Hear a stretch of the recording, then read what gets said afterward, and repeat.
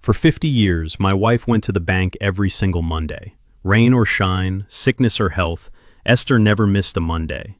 She told me she was depositing her tips from housekeeping, just pennies really, saving for a rainy day. I never questioned her. I trusted her with my life. But when she passed away last week, I discovered why she really made those trips. And when I opened that safety deposit box, I did not find pennies. I found a secret that would shatter my world, and then rebuild it into a weapon against the very people trying to destroy me. I am Harold Jenkins, 68 years old, and my hands are rough from 40 years of fixing engines and changing oil.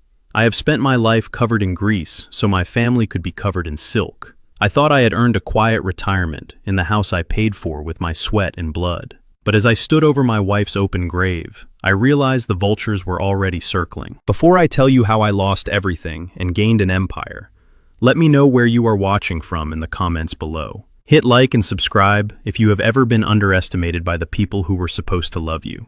The rain was falling hard at the cemetery, turning the Georgia red clay into mud. It was a cold rain, the kind that seeps into your bones and makes you feel like you will never be warm again. The pastor was reading Psalm 23, Esther's favorite. His voice was deep and soothing, trying to offer some comfort to a broken old man. I stood there, clutching my hat to my chest, staring at the mahogany casket. That was my heart inside that box. That was 50 years of waking up next to the most beautiful woman I had ever seen. I wanted to hear the pastor. I wanted to hear the prayers. But I couldn't hear a thing over the sound of my son-in-law, Brent. Brent stood 10 feet away, under a massive black umbrella that he was holding over himself, leaving my daughter Tasha partially in the rain. He had his phone pressed to his ear. He wasn't whispering. He was using that loud, confident voice he used when he was trying to sell a condo to a yuppie couple from New York. "The zoning permits are approved," he said, loud enough for the morning congregation to hear. "I told you, the equity is there. We just need to clear the existing structure. It is a teardown." I turned my head slowly. My neck felt stiff. I looked at him.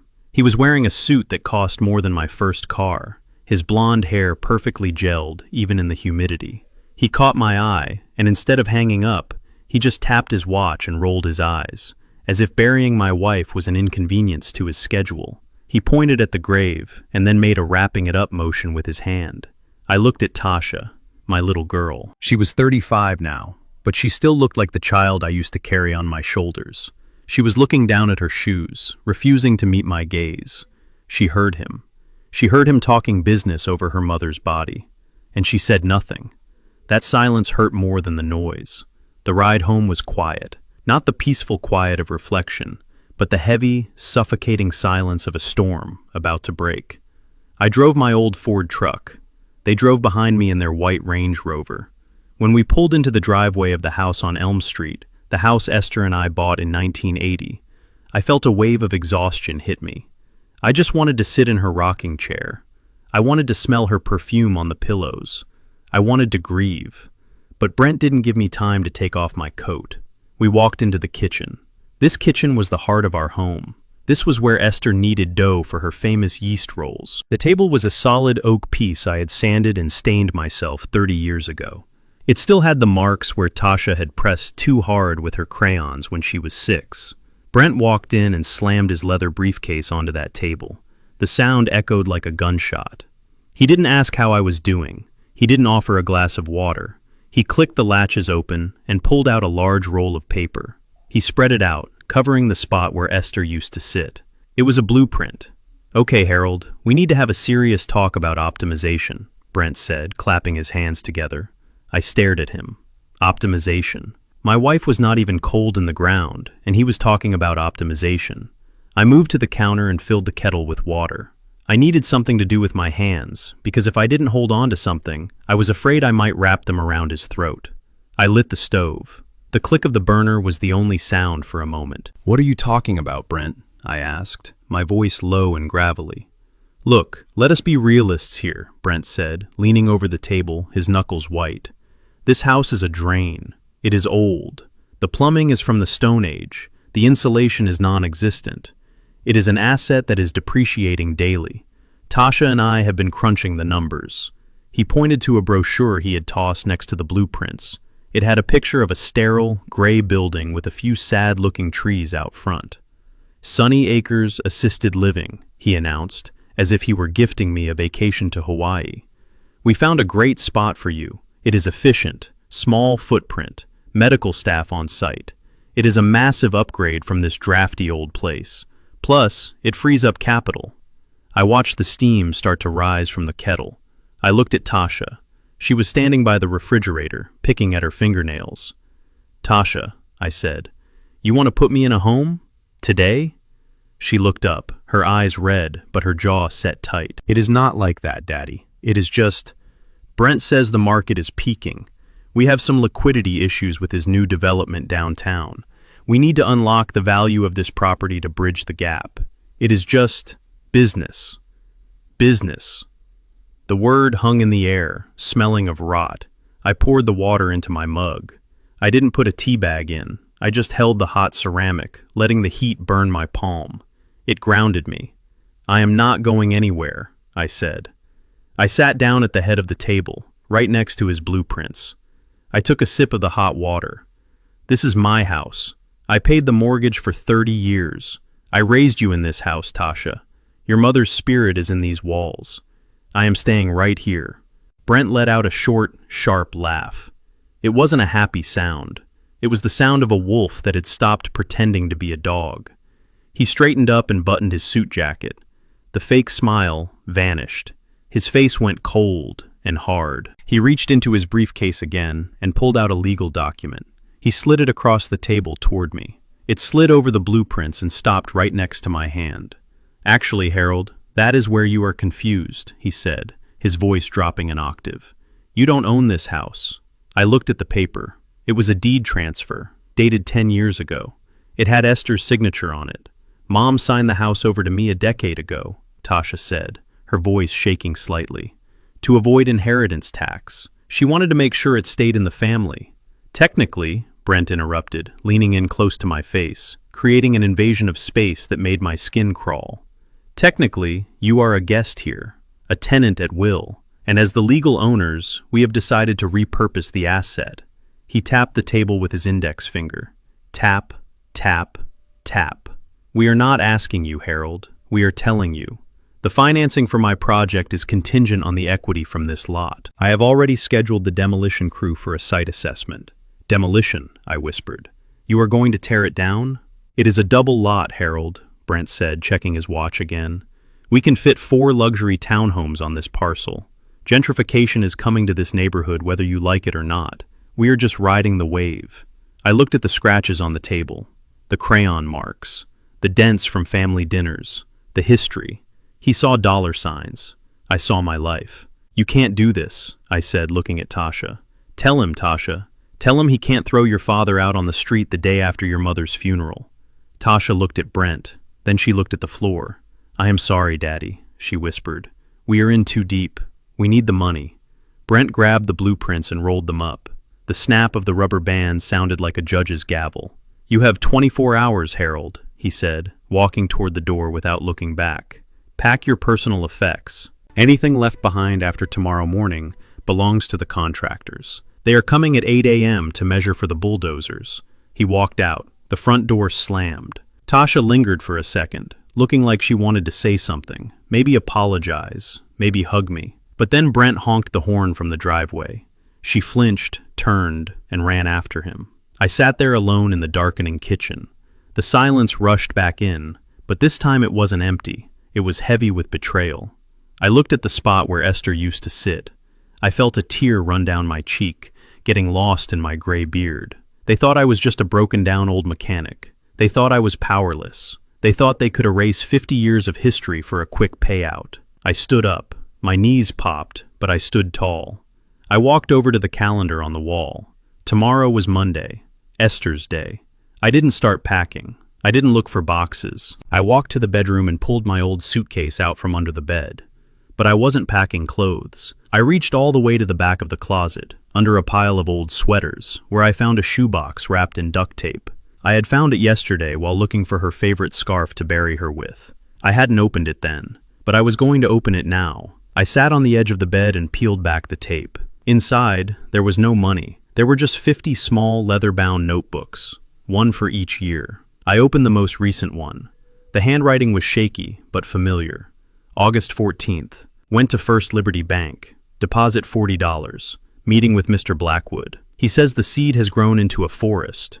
Mr. Blackwood. The name meant nothing to me, but the look in Brent's eyes today meant everything. He wanted a war? He wanted to talk about assets and equity? I closed the notebook. I looked at the clock. I had 12 hours until the contractors arrived, but I only needed until 9 a.m. when the bank opened. My wife went to the bank every Monday for 50 years.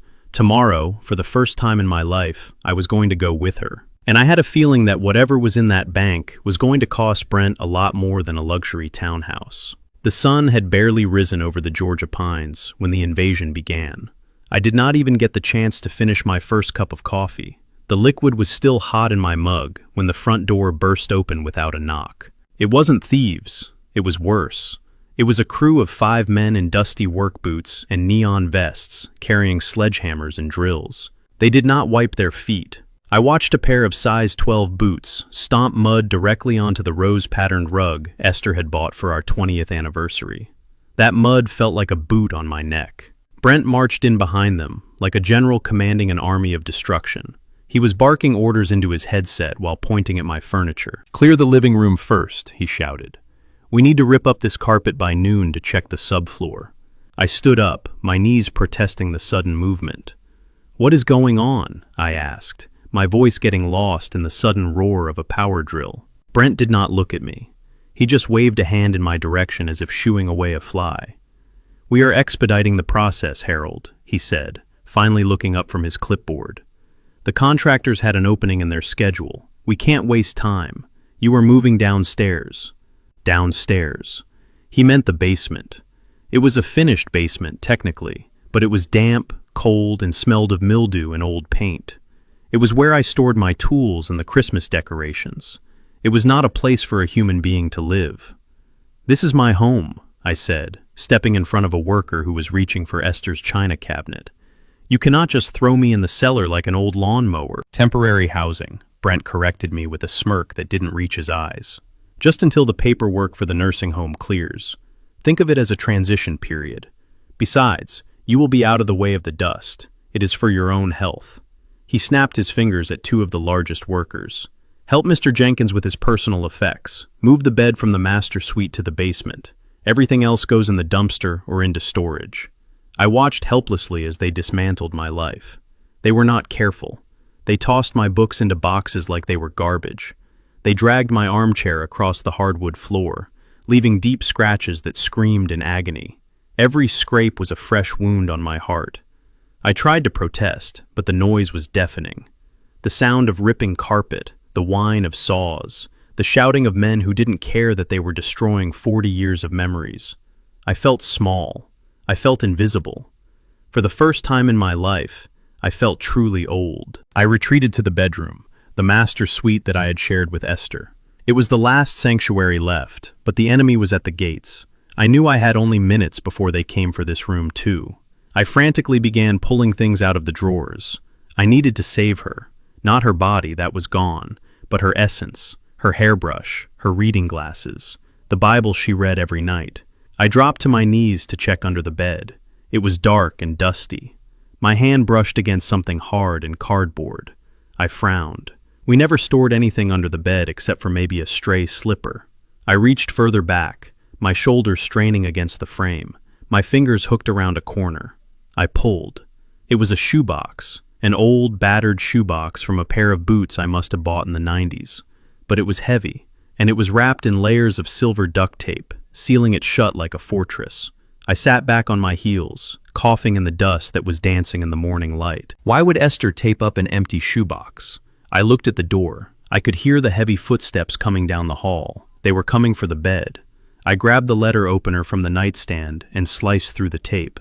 The sound was a sharp rip in the quiet room. I pulled the lid off. I expected to find old photos, maybe letters from her sister in Alabama, maybe even cash, but there was no money. Instead, there were notebooks, dozens of them. Small, black, leather-bound pocket notebooks, the kind you buy at the drugstore for $1. I picked one up. The leather was worn smooth, telling me it had been handled thousands of times. I opened it to the first page, 1974.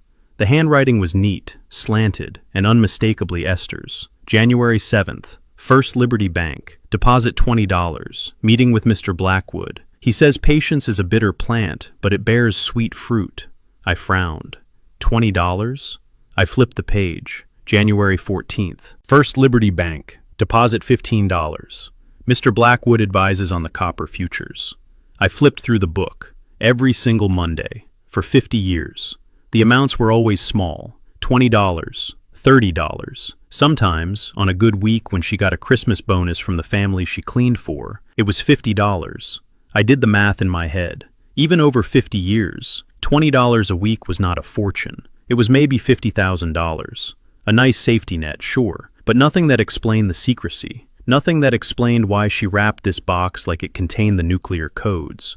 And who was Mr. Blackwood? I knew Esther cleaned houses for some wealthy folks in Buckhead, but she never mentioned a Blackwood. And why was she taking investment advice? Esther didn't know anything about stocks. She kept her money in a coffee can in the kitchen until she had enough to buy a savings bond. Or so I thought.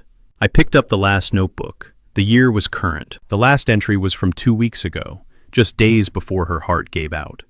Monday, First Liberty Bank, deposit $40. Mr. Blackwood is worried about the wolves. I told him my Harold is a lion. He just does not know it yet. My Harold is a lion. Tears blurred my vision. She believed in me. Even when I was just a grease-stained mechanic, she saw a lion. But right now, sitting on the floor while men destroyed our home, I felt more like a lamb waiting for the slaughter. "Hey!" the voice boomed from the doorway. I jumped, instinctively clutching the box to my chest. Brent was standing there, blocking the light. He looked at me with disgust. "I told you to clear out, Harold. The guys need to move this bed." "What is that?" He walked over, his expensive Italian loafers crunching on the debris his workers had tracked in. He looked down at the box in my arms. "Just some old papers," I muttered, trying to stand up. My knees were stiff, and I stumbled slightly. Brent reached out and snatched the notebook from my hand before I could stop him. He flipped it open, scanning the pages with a sneer. "First Liberty Bank? Deposit $20? He laughed. A short, cruel bark of a laugh. "Oh, this is rich. Mom was hoarding her grocery change. What is this, her secret retirement fund? A couple of $1,000 she skimmed off the grocery budget?" He tossed the notebook back into the box with contempt. "It is pathetic, really," he said, shaking his head. "She probably thought she was being so smart, hiding pennies like a squirrel. You can keep it. Maybe it will pay for your diapers at the nursing home for a week." He reached for the box. "Give me that. I will toss it in with your clothes. You are holding up the demolition crew." "No." The word came out of my mouth before I even thought it. It wasn't loud, but it was hard, like steel. Brent paused, his hand hovering over the box. "Excuse me?" I said no. I stood up. I am 6 feet tall. I might be old, and my back might hurt, but I spent 40 years lifting engine blocks and turning bolts that were rusted shut. My hands are not soft like his. My hands are weapons forged in labor. I gripped the box so hard the cardboard creaked. I looked Brent in the eye. For the first time since the funeral, I didn't look down. I looked right at the arrogance in his face. "You do not touch this," I said, my voice low and dangerous. "You do not touch her things, and you do not touch me." Brent blinked. He took a step back, surprised by the sudden aggression. He laughed nervously, trying to regain control. "Okay, relax, old man. Don't give yourself a heart attack. Keep your little box of trash. Just get downstairs." He turned and walked away, yelling at the workers to hurry up. I stood there for a moment, listening to the beat of my own heart. It was slow and steady. The fear was gone, replaced by something cold and sharp. My Harold is a lion. I looked at the box. I looked at the entry about Mr. Blackwood. I walked to the closet. Most of my clothes were already in garbage bags, but I saw my suit hanging in the back. It was navy blue, outdated, and smelled of mothballs. It was the suit I wore to church, the suit I wore to bury my wife. I took off my flannel shirt. I took off my work pants. I dressed slowly, deliberately. I put on the white shirt, buttoning it all the way to the top. I put on the tie. I put on the jacket. It was a little tight across the shoulders, but it made me stand straighter. I walked out into the hallway. Brent was in the kitchen, looking at his phone. He looked up and saw me. He started to laugh. "Where are you going, Harold? To a costume party? You look like a funeral director from the 70s. I walked past him. I didn't stop. I walked past the workers who were tearing down the curtains. I walked to the front door. "I am going to the bank," I said, not turning around. "The bank?" Brent cackled. "What are you going to do? Deposit your Social Security check? Do you want a ride? I don't want you wandering off and getting lost." I opened the door. The fresh air hit my face. "I will find my own way," I said. I walked out to my old Ford truck. I put the shoebox on the passenger seat, strapping it in with the seat belt as if it were a child. I started the engine. It roared to life, a sound I knew better than my own voice. I didn't know who Mr. Blackwood was. I didn't know why Esther had saved $20 a week for 50 years. But I knew one thing. Esther never did anything without a reason. And if she thought I was a lion, it was time I started acting like one. I put the truck in gear and headed toward downtown, towards First Liberty Bank, towards the truth. First Liberty Bank looked less like a financial institution and more like a fortress built to keep people like me out. The building was a massive structure of white marble and imposing stone pillars that stretched high into the Atlanta sky. It sat on the corner of Peachtree Street, radiating an aura of old money and exclusion. My rusty Ford truck, sputtering as I pulled into the parking lot, looked like a blemish on a pristine painting. I parked next to a shiny black Mercedes and a silver Porsche. I sat there for a moment, gripping the steering wheel. My hands were shaking, not from fear, but from a rage that was still simmering from the morning. I looked at the shoebox buckled into the passenger seat. I took a deep breath, unbuckled it, and tucked it under my arm. I walked toward the revolving glass doors. I caught my reflection. A 68-year-old black man in a suit that was 10 years out of style, the fabric slightly shiny at the elbows, tight across the shoulders.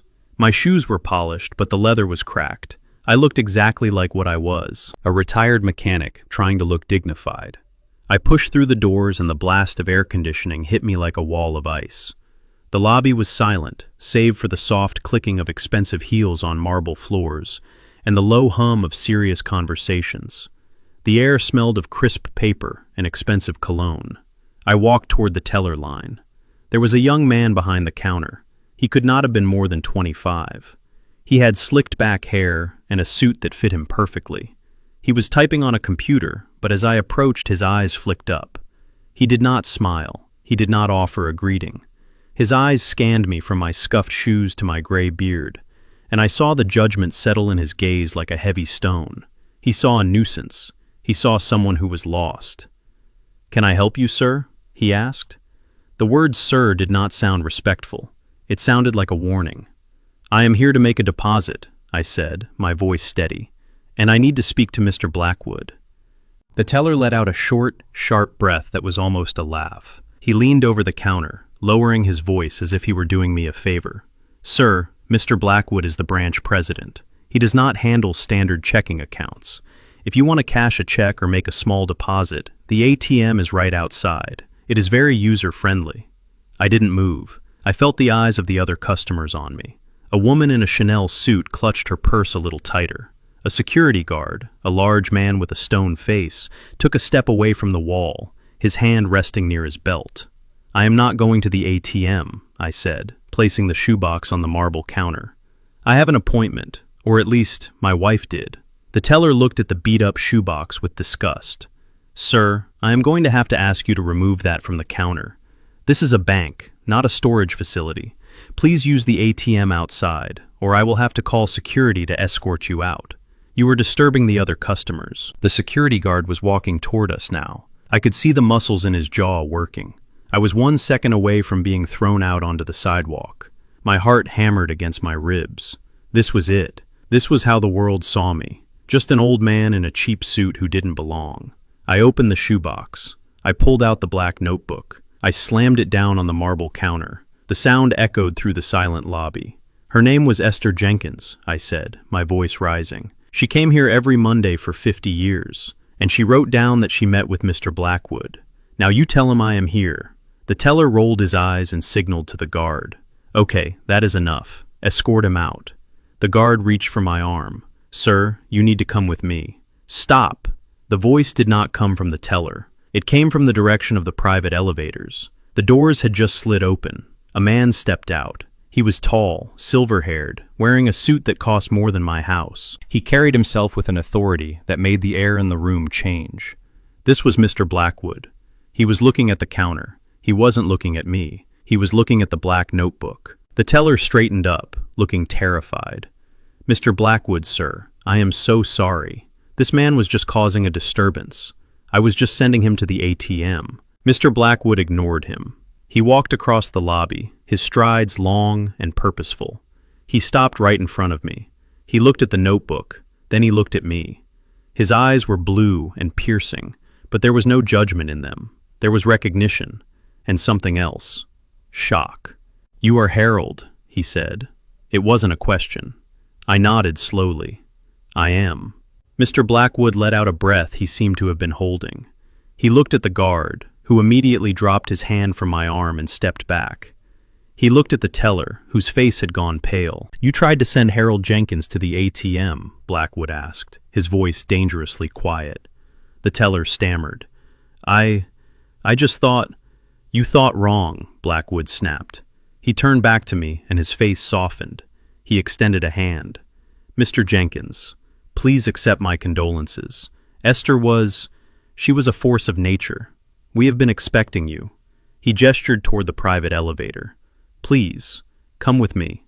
I picked up the shoebox. I looked at the teller. He was staring at me with his mouth slightly open. I didn't smile. I didn't gloat. I just turned my back on him and followed Mr. Blackwood. We walked past the line of wealthy customers, past the security guard who wouldn't meet my eyes. We stepped into the elevator, and the doors closed, shutting out the noise of the lobby. The silence in the elevator was heavy, but it wasn't uncomfortable.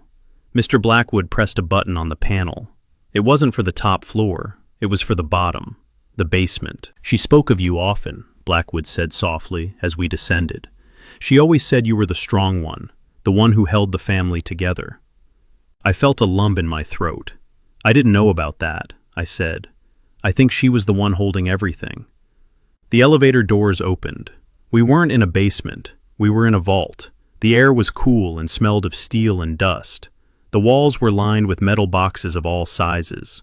In the center of the room was a heavy steel table with a single lamp. Blackwood walked over to a massive circular door at the far end. It wasn't a small deposit box. It was a private walk-in vault. He keyed in a code and turned a heavy wheel. The gears groaned, a sound deep and ancient. The door swung open. "Mr. Jenkins," Blackwood said, stepping aside, "your wife was not just a depositor. She was our longest-standing private client." I walked inside. I expected to see stacks of cash, maybe the $20 bills she had saved. I was ready to count out a few $1,000s and feel proud of her discipline. But the room was not filled with cash. It was filled with shelves, and on those shelves were rows and rows of thick, color-coded files. There were stacks of bond certificates. There were deeds with gold seals. I walked over to the nearest shelf. I picked up a file. It was labeled Coca-Cola. The date on the stock certificate was 1980. The number of shares was staggering. I picked up another file. IBM. Another. Apple. I turned to Blackwood, my hands trembling. "I don't understand. She was a housekeeper. She made minimum wage." Blackwood smiled, a sad, respectful smile.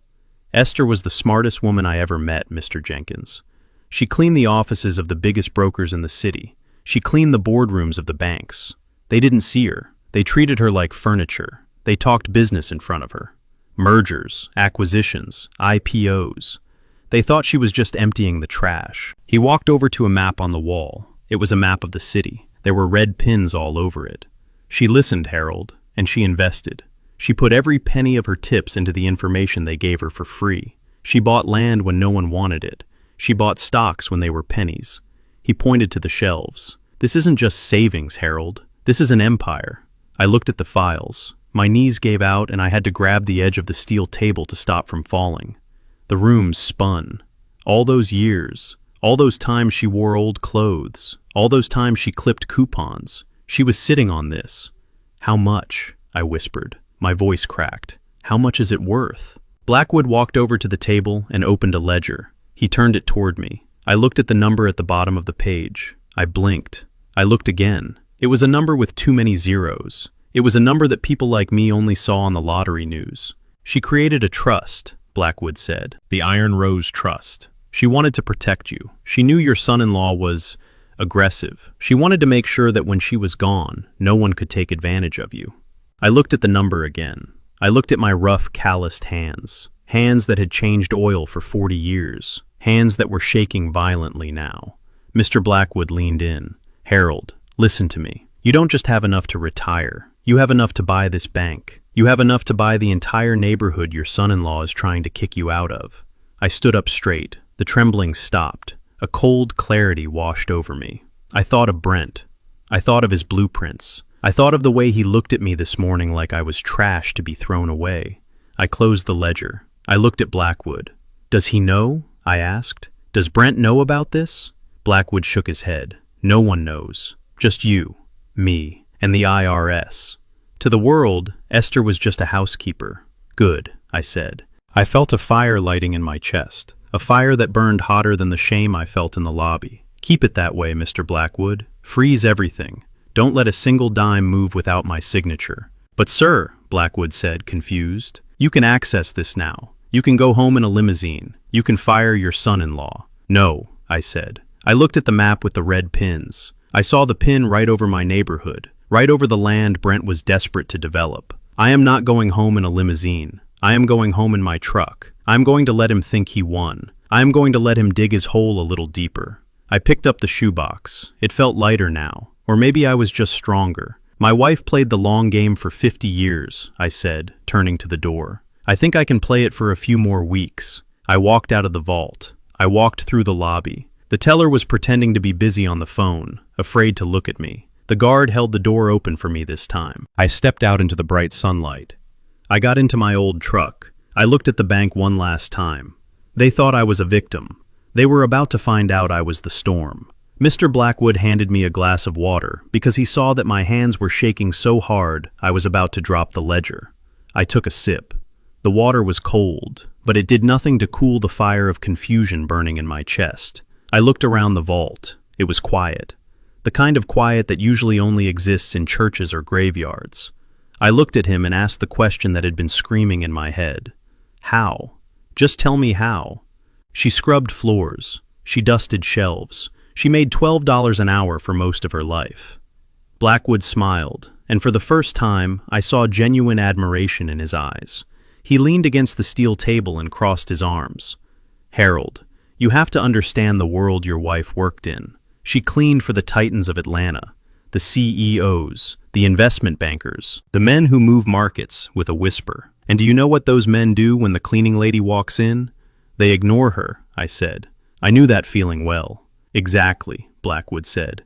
They kept talking. They discussed mergers before they were public. They talked about zoning changes before the city council voted. They talked about companies that were about to crash and companies that were about to soar. To them, Esther was just part of the furniture.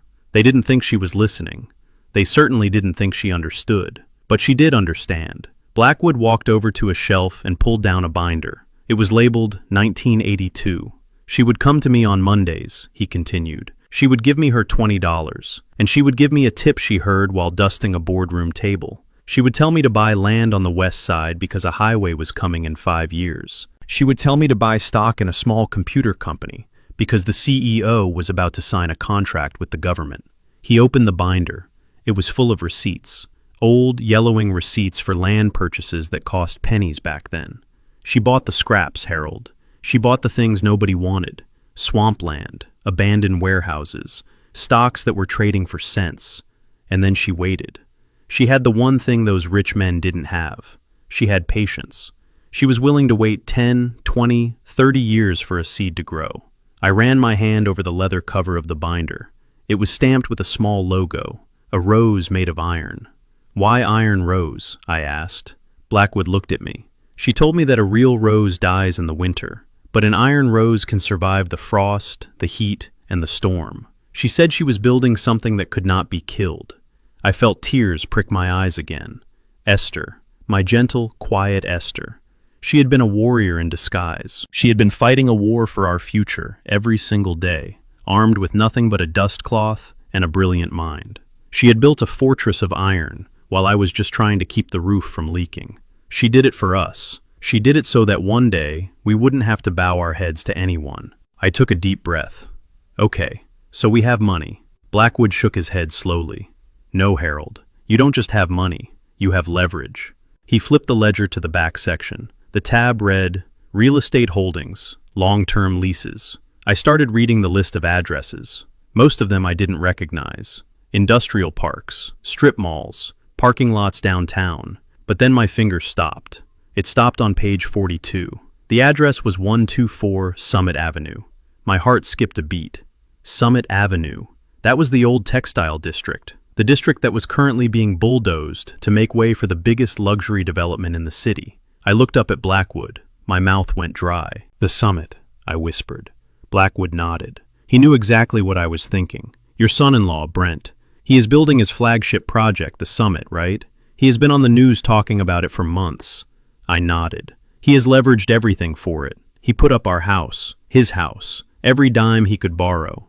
Blackwood tapped the address in the ledger. Harold, Brent doesn't own the land. The developers in that district don't buy the land because it is too expensive. They lease it.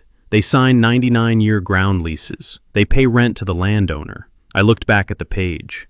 The owner listed was the Iron Rose Trust. You mean, I said, my voice trembling. You mean Esther owns the land under his project? Blackwood corrected me. No, you own the land under his project. Brent is your tenant. I felt the room spin. The man who had kicked me out of my own kitchen. The man who was throwing away my wife's things. The man who called me a burden. He was building his entire future on my property. And what happens, I asked, feeling a cold calm settle over me. What happens if he doesn't pay his rent? Blackwood turned the page to show me the contract terms. It is a strict commercial lease, Harold. If the tenant misses a payment, or if the tenant violates any terms of the agreement, such as financial insolvency or legal trouble, the landlord has the right to evict. And here is the kicker. If evicted, all improvements on the land become the property of the landlord. I stared at the words. All improvements. That meant the buildings, the steel, the concrete, the glass towers. If he defaults, I said, I get his buildings. Blackwood nodded. Every single brick. I sat back in the heavy leather chair. The magnitude of it hit me like a physical blow. Brent was walking on a tightrope, and he had no idea that I was the one holding the rope. He was treating me like dirt, unaware that I could pull the ground out from under him with a single phone call. But then, the anger faded, replaced by a deep, aching sorrow. Why didn't she tell me? I asked softly. Why did she let me worry about bills? Why did she let me fix cars until my back gave out? Blackwood closed the ledger gently. Because she knew them, Harold. She knew Tasha, and she knew Brent. She knew that if they knew there was money, they would stop working. They would become parasites. She wanted Tasha to learn how to stand on her own feet. She wanted to protect you from their greed. She was afraid that if you knew, you might give in to them because you have a good heart. He was right. Esther was always right. If I had known I had millions, I would have given Tasha whatever she wanted, and Brent would have drained us dry years ago. Esther had hidden the treasure to save our souls. Blackwood reached into his pocket and pulled out a small velvet box. He slid it across the table. I opened it. Inside was a heavy, old-fashioned iron key. It didn't look like a key to a door. It looked like a key to a kingdom. This is the chairman's key, Blackwood said. It is symbolic, but it is also necessary. As of this moment, you are the sole trustee of the Iron Rose Trust. You have absolute power, Harold. You can sign the eviction notice right now. I have the papers ready. We can shut down his construction site by 5 p.m. today. I looked at the key. It felt cold and heavy in my hand. It weighed a pound, but it felt like a ton. I thought about the way Tasha looked at the floor when Brent kicked me out. I thought about the way she signed that fake medical form. No, I said. I closed the box and put it in my pocket. Blackwood looked surprised. No, not yet, I said. I stood up. I buttoned my jacket. If I do it now, they will just say I am a vindictive old man. They won't learn anything. And I need to know something. I need to know if there is anything left of my daughter inside that woman. I walked to the door of the vault. I am going to give them one last chance, I said. I am going to let them think they have won. I want to see how they treat a poor old man who has nothing left to offer them. And if they fail the test? Blackwood asked. I turned back to him. The sadness was gone from my face. My herald is a lion, Esther had written. If they fail, I said, then the iron rose will show them its thorns. I left the vault. I left the bank. I got back into my truck. I wasn't just a mechanic anymore. I was the landlord, and rent was due. I drove home from the bank with the iron key burning a hole in my pocket. The city of Atlanta looked different to me now. The skyscrapers were not just tall buildings anymore. They were piles of assets and liabilities. The construction cranes were not just machines. They were markers of debt. And I was no longer just a retired mechanic driving a rusted Ford. I was the silent partner in half the deals on the street. I was a millionaire. I was the landlord. But as I turned onto Elm Street, I felt the familiar weight of my reality settle back onto my shoulders. To the world outside, I was a tycoon. To the people inside my house, I was a piece of furniture they were trying to throw out. I walked into the kitchen. The air was thick with the smell of seared beef and garlic butter. My stomach rumbled. I had not eaten since breakfast. Brent and Tasha were sitting at the table. They were not eating leftovers. They were eating ribeye steaks. Thick, juicy steaks with a side of asparagus and roasted potatoes. A bottle of expensive red wine was open between them. They stopped talking when I walked in. The silence was instant and cold. Brent did not look up from his plate. He cut a piece of meat, the juice running red onto the white porcelain. He chewed slowly, savoring it. Tasha looked at me, then looked away quickly. There was no third-place setting. There was no steak for me. There is some meatloaf in the fridge from Tuesday, Brent said, taking a sip of wine. You can heat it up in the microwave. We are celebrating closing a big deal. We did not think you would be hungry. I looked at the steak. I could buy the best steakhouse in the city right now. I could buy the cattle ranch that raised the cow. But I said nothing. I walked to the refrigerator. I took out the Tupperware container. It was cold and gray. I put it on a plate and put it in the microwave. The hum of the machine was the only sound in the room. I sat down at the small counter in the corner, my back to them. I ate my cold meatloaf while they feasted. I listened to the clinking of their silverware. I listened to Brent pouring more wine. It was the ultimate disrespect. It was not about the food. It was about the message. You do not matter. You are not one of us. You are a ghost in your own home. I finished my meal and washed my plate. I turned to go downstairs to the basement, to the exile they had forced upon me. But Brent cleared his throat. It was a sound I had come to hate, a sound that meant he was about to do something terrible. "Sit down, Harold," he said. He did not ask. He ordered. I pulled out a chair and sat opposite them. I looked at Tasha. She was trembling. Her hands were gripping her wine glass so hard I thought it might shatter. Her eyes were red and swollen. She had been crying. But it was not tears of grief for her mother. It was tears of guilt. "Tasha has something to give you," Brent said, nudging her with his elbow. "Go on, honey. Give it to him." Tasha reached under the table and pulled out a manila envelope. She slid it across the table. She did not look at me. She looked at the centerpiece of flowers. "What is this?" I asked. My voice was calm, too calm. "It is for your own good, Daddy," Tasha whispered. Her voice was shaking. "We are just so worried about you. You have been acting so strange lately, wandering off to the bank, talking about things that do not make sense. We think Mom dying was too much for you." I opened the envelope. It was a medical assessment. It was signed by a doctor I had never met, a Dr. Phillips. I read the diagnosis: early onset dementia, severe confusion, inability to care for self, recommendation for immediate assisted living placement. I looked up. "Dementia?" I asked. "I fixed an engine yesterday. I drove myself to the bank this morning. I remember the day you were born, Tasha. I remember the day you fell off your bike and I carried you home. I am not confused." Brent leaned forward. His face was fake concern masked over pure malice. "Harold, you went to the bank today and made a scene," he said.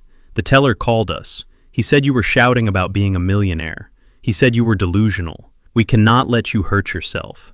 This facility is the best place for you. They have professionals. They can help you with your episodes." I looked at him.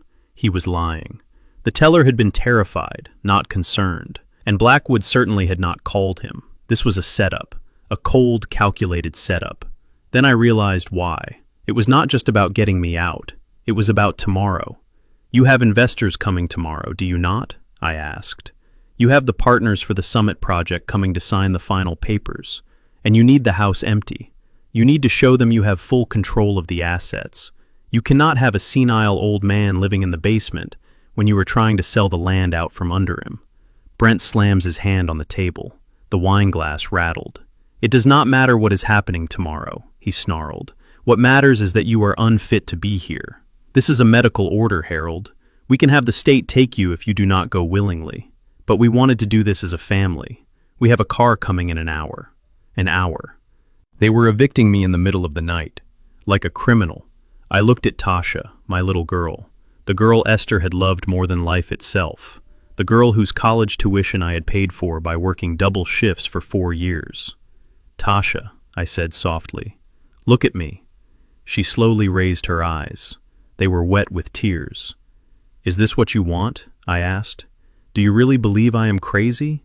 Or are you just so afraid of him that you will sell your own father for a signature? Daddy, please, she sobbed. It is just, we need this. We need the money. The project is in trouble. If we do not get the investors tomorrow, we lose everything.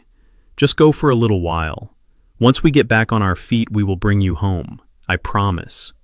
She was lying. She knew it. I knew it. Once I signed that paper, once I walked out that door, I was never coming back. They would sell the house, demolish it, and put me in a state-run facility to rot. I looked at the pen Brent was holding out to me. It was a gold pen, shiny, expensive, just like him. If I refused, they would call the police. They would show the fake medical report. It would be a scene. I would be dragged out in handcuffs. I would lose my dignity. And more importantly, I would show my hand. If I fought now, they would know I was strong. They would be on guard. Esther had said, be patient. Mr. Blackwood had said, let them dig their hole. I took the pen. The metal was cold in my hand. I looked at the paper. Consent for voluntary admission. You win, Brent, I said. I looked him dead in the eye. You win. I am just a confused old man. I do not want to be a burden. Brent smiled. It was the smile of a predator that had just killed its prey. That is the right choice, Harold. You will love it there. Bingo nights on Thursdays. I signed my name. Harold Jenkins. The loops were strong and clear. I wasn't signing a medical form. In my mind, I was signing his death warrant. I was signing the document that gave him just enough rope to hang himself. I put the pen down. I will go pack my bag, I said. I stood up. I walked to the basement. I did not take much. A few shirts, a photograph of Esther, and the suit I was wearing. I left everything else. The furniture, the clothes, the tools. Let them have it. Let them have the scraps. I walked back upstairs 10 minutes later. A black sedan was waiting in the driveway. Not an ambulance, a private car service. They wanted this discreet. I walked out the front door. The night air was crisp. I stopped on the porch where I had kissed Esther for the first time, the porch where I had rocked Tasha to sleep. Tasha was standing in the doorway, hugging her arms, shivering. Goodbye, Daddy, she whispered. I did not answer her. I walked down the steps. I did not look back at the house. I did not look back at the garden. I got into the car. The driver looked at me in the rearview mirror. Where to, sir? He asked. The instructions say Sunny Acres Nursing Home. I waited until we were out of the driveway. I waited until we turned the corner and the house was out of sight. I waited until I knew Brent was popping another bottle of wine to celebrate his victory. I leaned forward. Change of plans, I said. Take me to the Ritz-Carlton downtown. The driver blinked.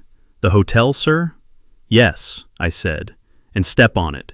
I have a business meeting in the morning. I settled back into the leather seat. I touched the key in my pocket. Brent thought he had cleared the board. He thought the game was over. He had no idea that I had just moved my king into position. The game had just begun, and I was playing for keeps. The black sedan did not turn toward the highway that led to Sunny Acres Nursing Home. Instead, I told the driver to take the exit for Midtown. He looked at me in the rearview mirror, his eyes wide with confusion. Sir, the dispatch order was very specific. I leaned forward, and the leather of the seat creaked under my weight. I am paying you triple the fare in cash. Turn the car around. Money has a way of clearing up confusion very quickly. He took the exit. We pulled up in front of a glass tower that looked like a jagged shard of ice piercing the night sky. This was not a place for the sick or the elderly. This was a place for sharks. I grabbed my battered suitcase and walked into the lobby. The security guard started to move toward me, his hand resting on his belt. But before he could speak, a voice cut through the air like a whip. "Let him through." I looked up.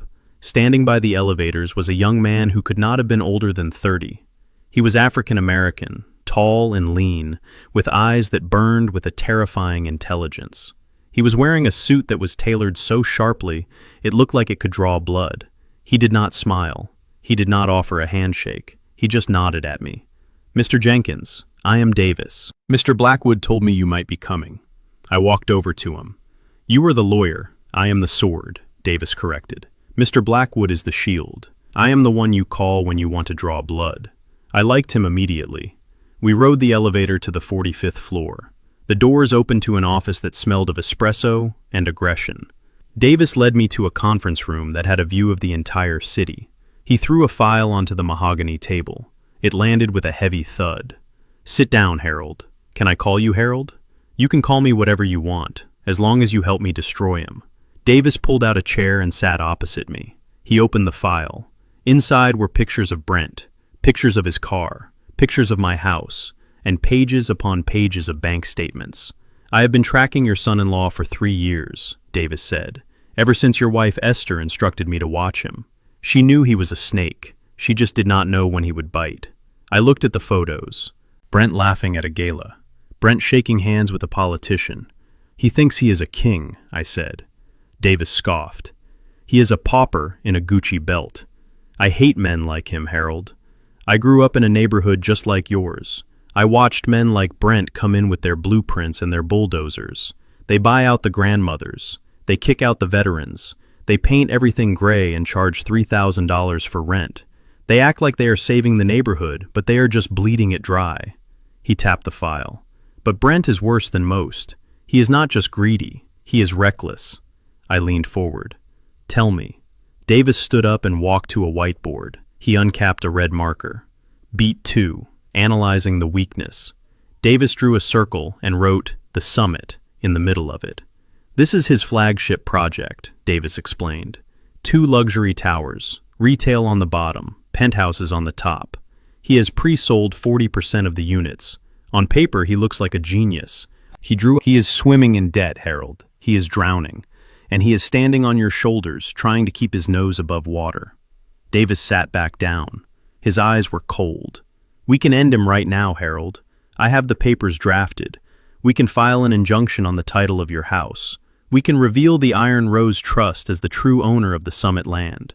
We can foreclose on his loans. By tomorrow morning, he will be locked out of his office and facing federal fraud charges." I looked at the file.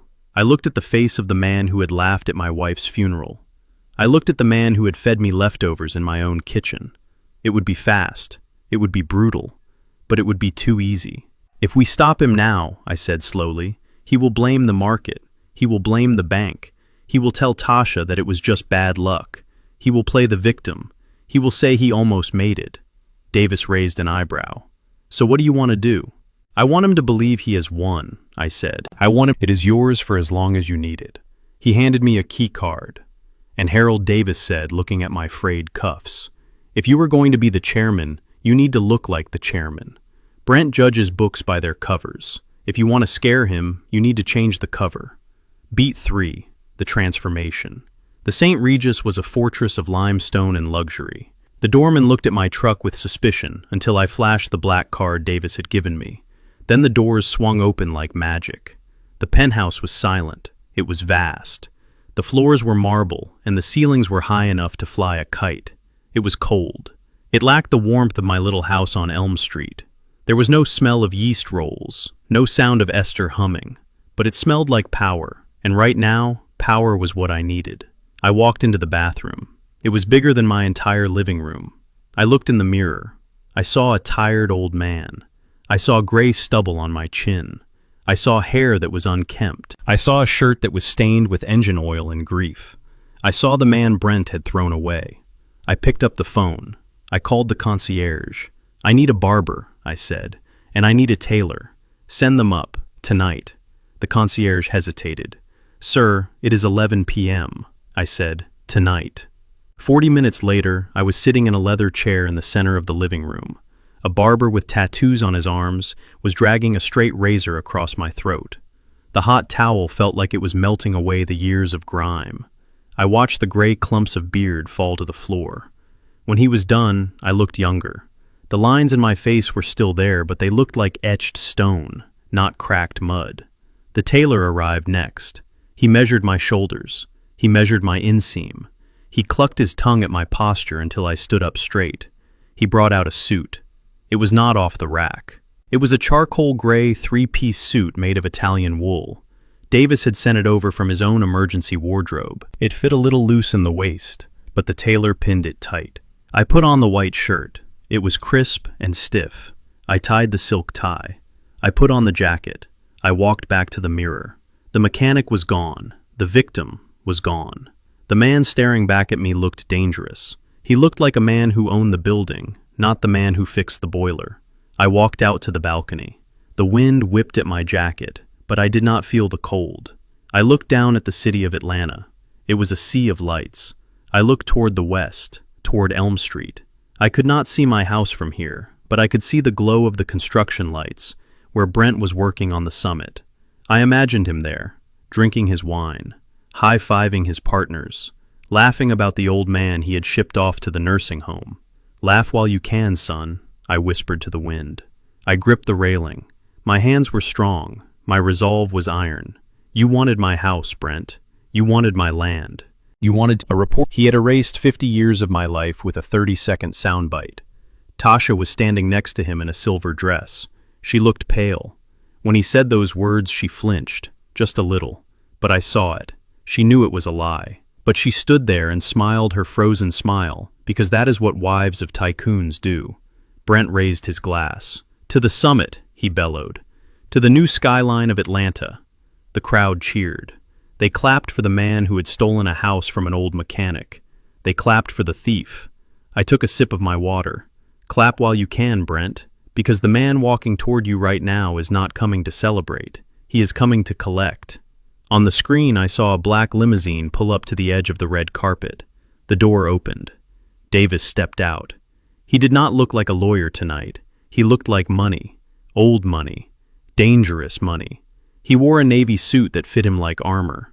He walked past the security guards who parted for him like the Red Sea. He walked straight up to the stage. Brent looked down confused. He did not recognize Davis. He just saw a man who looked wealthier than anyone else in the room. Can I help you? Brent asked into the microphone. Davis didn't need a microphone. His voice projected with the authority of a man who owned the room.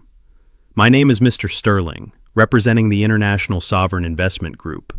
We have been watching your project, Mr. Thompson. We are impressed by your ambition, but we think you are thinking too small. The crowd went silent. Brent's eyes widened. Greed flickered in them, instantly replacing the confusion. Too small? Brent asked, stepping down from the stage. Davis gestured to the empty lot behind the construction zone. Why build one tower when the market demands two? My partners are looking for a place to park significant capital. We are authorized to offer an immediate injection of $10 million to expand the summit into a twin-tower complex. $10 million? I saw. We need to know you are fully committed. Brent looked at Tasha. Then he looked at the reporters. Then he looked at the check Davis was holding. He didn't see the trap. He didn't see the noose. He only saw the gold. Of course, Brent said, puffing out his chest. I believe in this project with my life. I am happy to pledge everything. Tasha stepped forward. She grabbed Brent's arm. Her fingers dug into his expensive suit jacket. Brent, wait, she whispered. Her voice was picked up by the boom mic hovering nearby. I could hear the fear in it. Honey, not now, Brent hissed, trying to shake her off. Brent, this is too fast, Tasha said urgently. We are already leveraged to the hilt.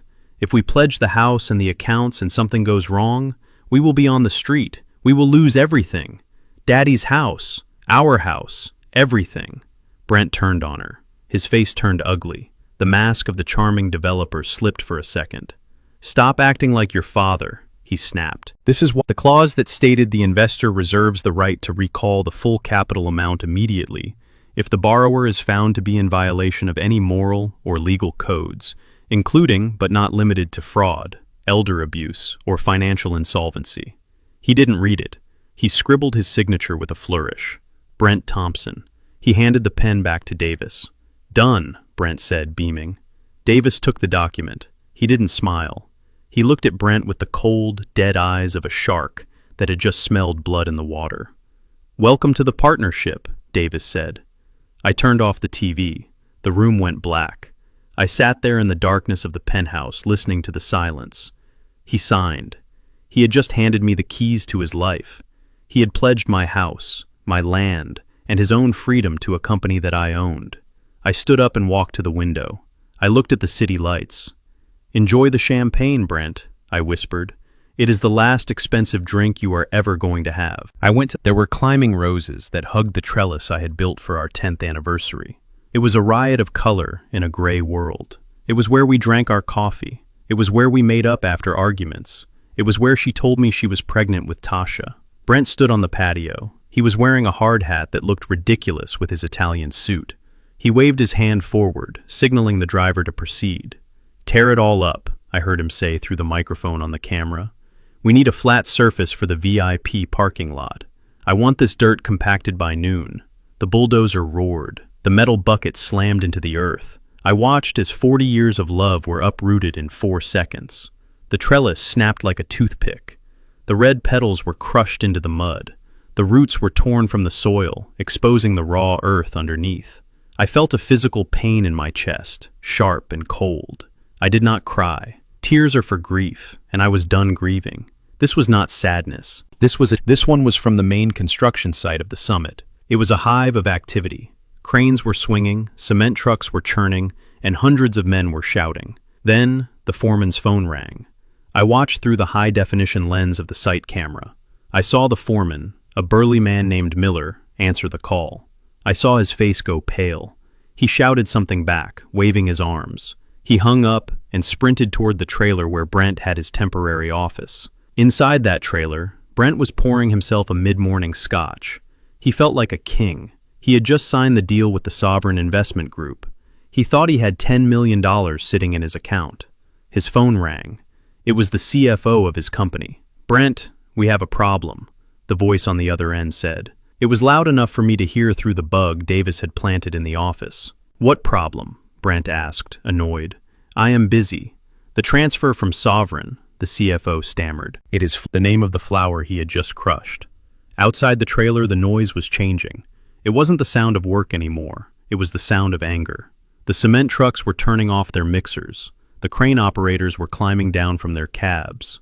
Foreman Miller burst into the trailer. "Boss, we have a situation," Miller yelled. "The concrete guys are leaving. They are dumping the load in the street, and the union rep is here. He says the payroll check bounced this morning. The men are walking off the job." Brent looked out the window. His empire was crumbling in real time. Hundreds of workers were gathering around the gate. They were not working. They were chanting, "Pay us, pay us, pay us." Brent ran his hand through his hair. He looked terrified. He looked at his phone. He looked at the contract he had signed last night. "It is just a glitch," he muttered. "It has to be a banking glitch." He grabbed his jacket and ran out of the trailer. He tried to address the crowd. "Listen to me," he screamed over the noise. "It is a technical error. The money is coming. I just signed a $10 million deal. Go back to work." A worker threw a hard hat at him. It hit the dirt near his expensive shoes. "We don't eat promises, Brent," someone yelled. "No pay, no work." Within 30 minutes, the site was silent. The cranes were still. The trucks were gone. The only thing moving was Brent, pacing back and forth in his trailer, frantically dialing numbers that went straight to voicemail. I sat in my penthouse, sipping tea. The silence on the construction site was music to my ears. He was learning the first lesson of business. You can treat people like dirt, but you cannot treat money like dirt. And right now, the money was on strike. Desperation is a powerful drug. It makes smart men stupid, and stupid men reckless. Brent was not a smart man. He was a greedy man, and greed had blinded him to the trap closing around his neck. By 3 in the afternoon, Brent realized the bank was not going to unfreeze his accounts today. The compliance review would take 48 hours, but he needed $200,000 in cash by 5 p.m. to keep the crew from walking off the job permanently and to stop the suppliers from suing him. He could have called Tasha. He could have told her the truth. He could have admitted he was overextended. But his ego was too big. He wanted to be the hero. He wanted to be the man who fixed it. So he made the call I knew he would make. Davis had anticipated this. We knew Brent had a gambling problem in his 20s. We knew he had contacts in the underworld.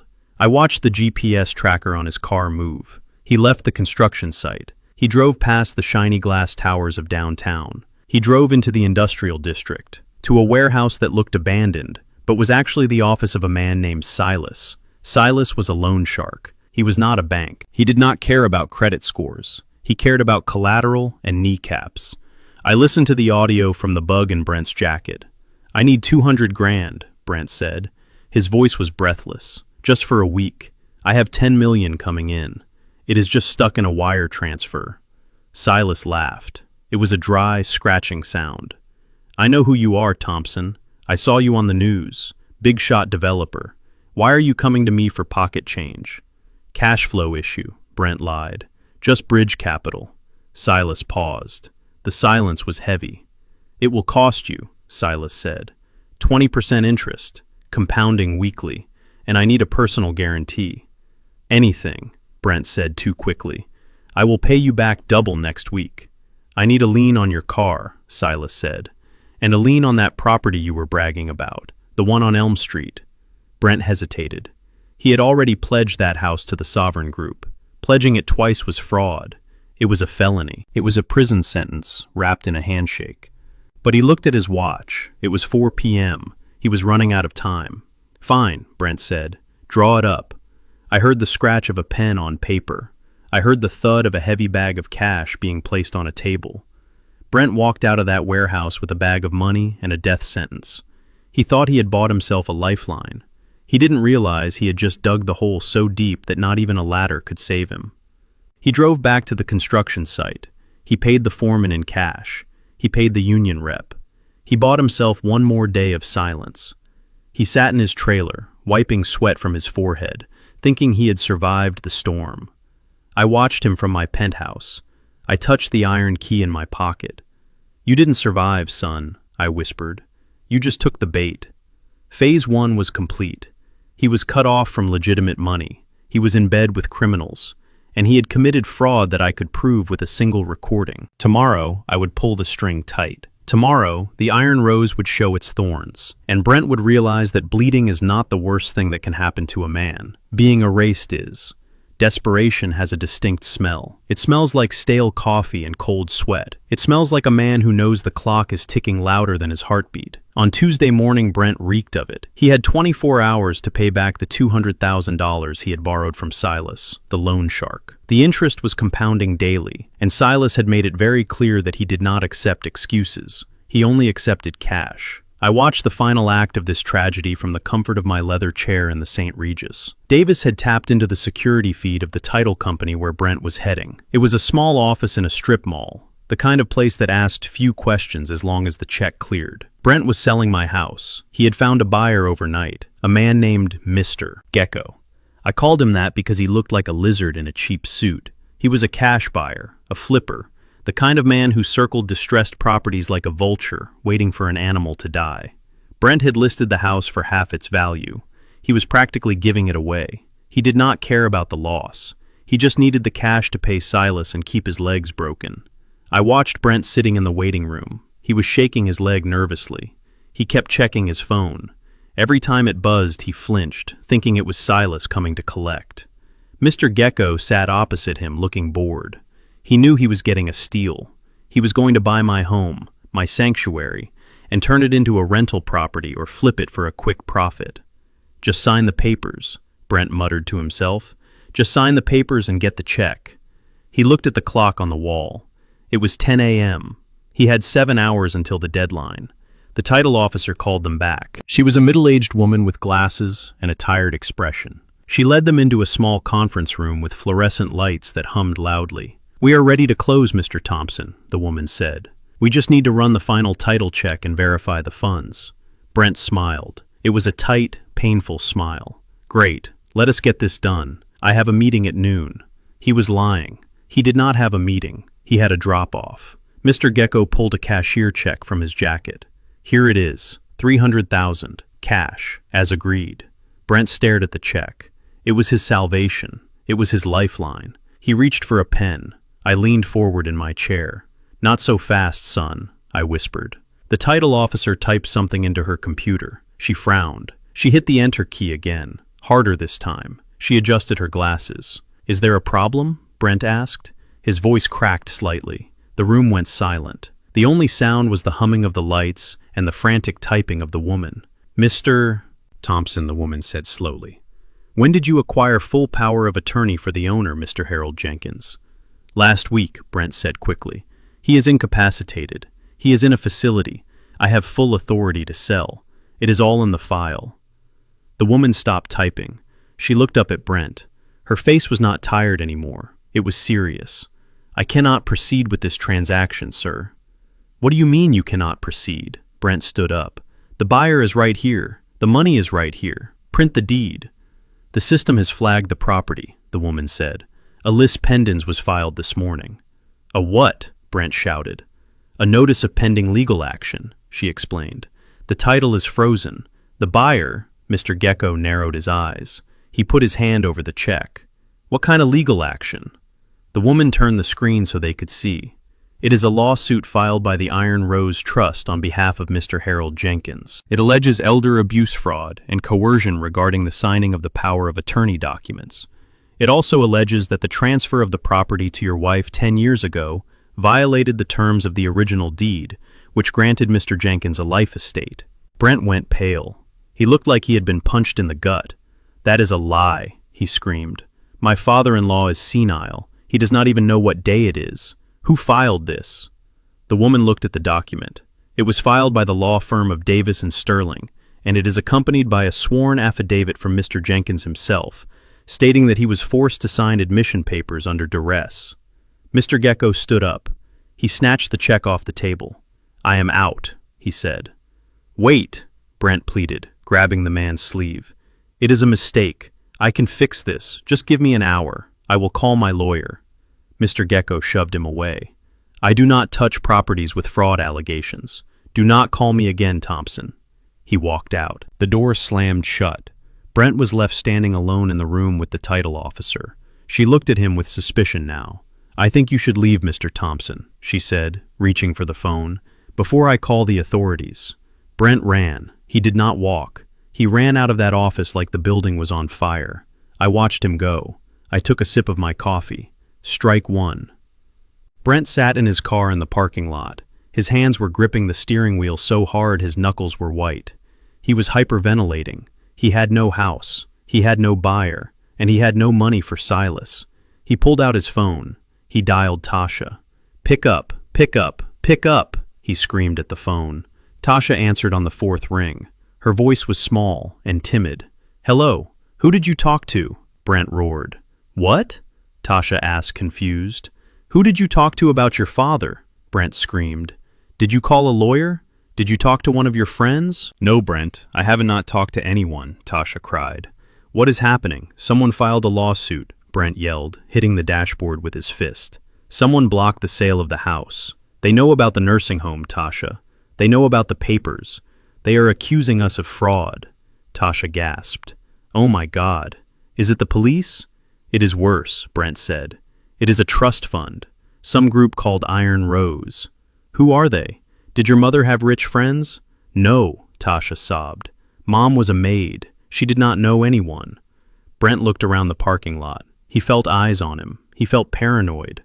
Someone is sabotaging me, he hissed. It is a competitor. It has to be. Someone wants the summit to fail. They found out about your dad and they are using him as a weapon. He never once suspected me. In his mind, I was just a pawn.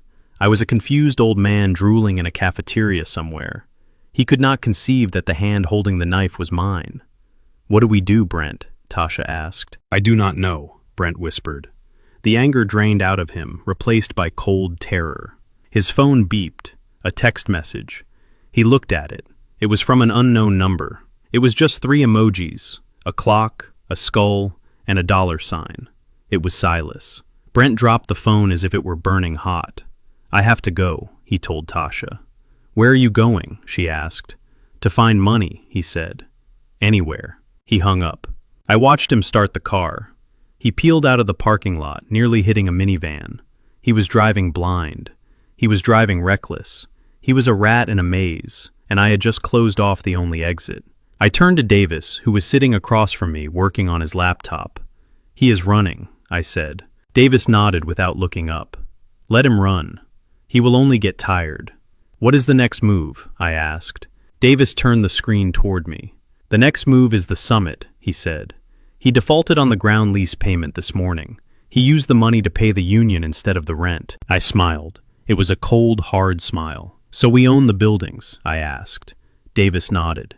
"Technically, yes, but we need to make it official. I have arranged a meeting with the city inspector. We are going to shut down his site, not because of money, but because of safety." "Safety?" I asked.